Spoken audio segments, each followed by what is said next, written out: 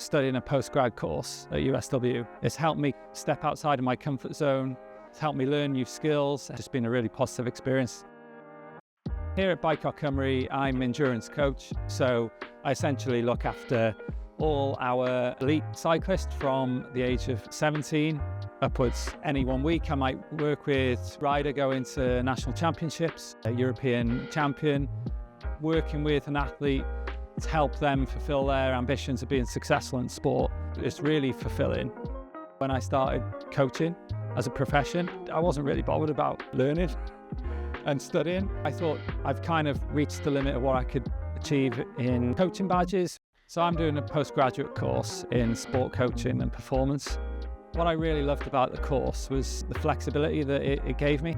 I've got a busy job, a busy family life, 2 young kids, and I've managed to balance everything and get the work done. Things that the course has really offered me is another perspective, another way of thinking about why I do things as a coach. Hopefully some of the athletes that I coach have really benefited from it as well.